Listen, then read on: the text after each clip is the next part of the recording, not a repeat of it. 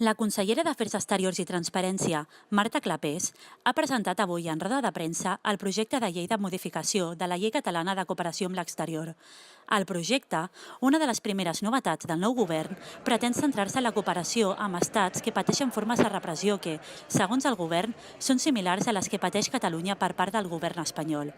Si hi ha un estat opressor, una nació dins d'aquest estat que no es pot expressar lliurement, que no veu preservades les seves llibertats, la seva identitat, la seva cultura, doncs és evident que percebem aquest vincle.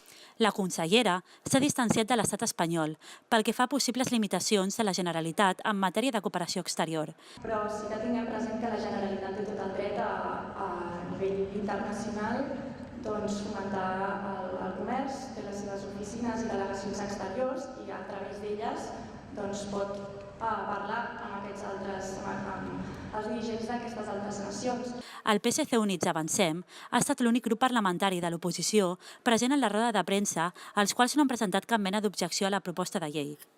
La consellera Clapés, en roda de premsa, ha destacat que els principals eixos d'actuació d'aquest projecte de llei es basen en una vessant social i en una vessant capital, les quals conflueixen en un enfortiment de la formació per a millorar el teixit econòmic d'aquests països més desafavorits. La consellera ha apuntat que els primers estats que s'ajudarien serien els provinents de l'Amèrica Llatina i l'Àfrica subsahariana. Des de la política.